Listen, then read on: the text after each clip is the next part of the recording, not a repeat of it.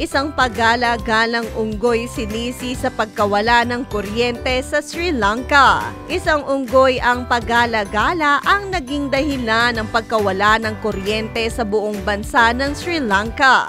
Ayon sa Energy Minister ng Sri Lanka na si Kumara Jayakodi, naganap ang outage sa kanilang bansa dahil natamaan ng isang unggoy ang grid transformer sa Panadura Power Station.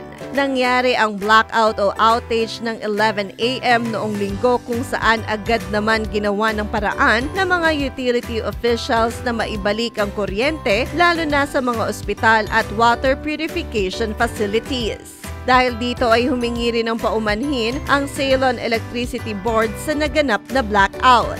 Samantala, may ilang senior engineers na ang nagbigay ng babala sa mga officials ng Sri Lanka na kinakailangan ng upgrade para sa kanilang power infrastructure. Hi! Ito po si DJ Claire ng Radyo Natin Nationwide.